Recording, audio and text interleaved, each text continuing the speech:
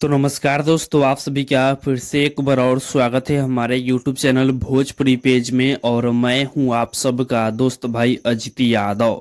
दोस्तों देखिए, आज सुबह सुबह इस आर के म्यूजिक YouTube चैनल से राकेश मिश्रा जी का एक और नया लोकगीत आप लोगों के बीच में रिलीज होने जा रहा है।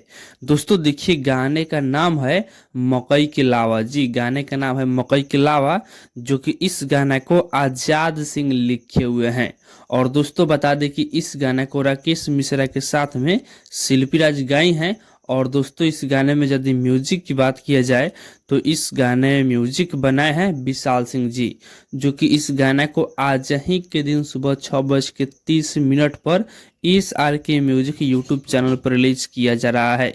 और दोस्तों बता दें कि इस वीडियो में आप लोग राकेश मिश्रा जी के साथ में पारुल ठाकुर जी को देखने वाले हैं। तो आप लोग तैयार हो जाइए इस गाने को सुनने के लिए एस आर के म्यूजिक यूट्यूब चैनल पे सुबह 6:30 पर। तो बाकी दोस्तों फिलहाल का ये अपडेट है। आप लोग इसके बारे में क्या कहना चाहते हैं कमेंट बॉक्स में बताइएगा। और इसी के साथ हम इस वीडियो को समाप्त करते हैं।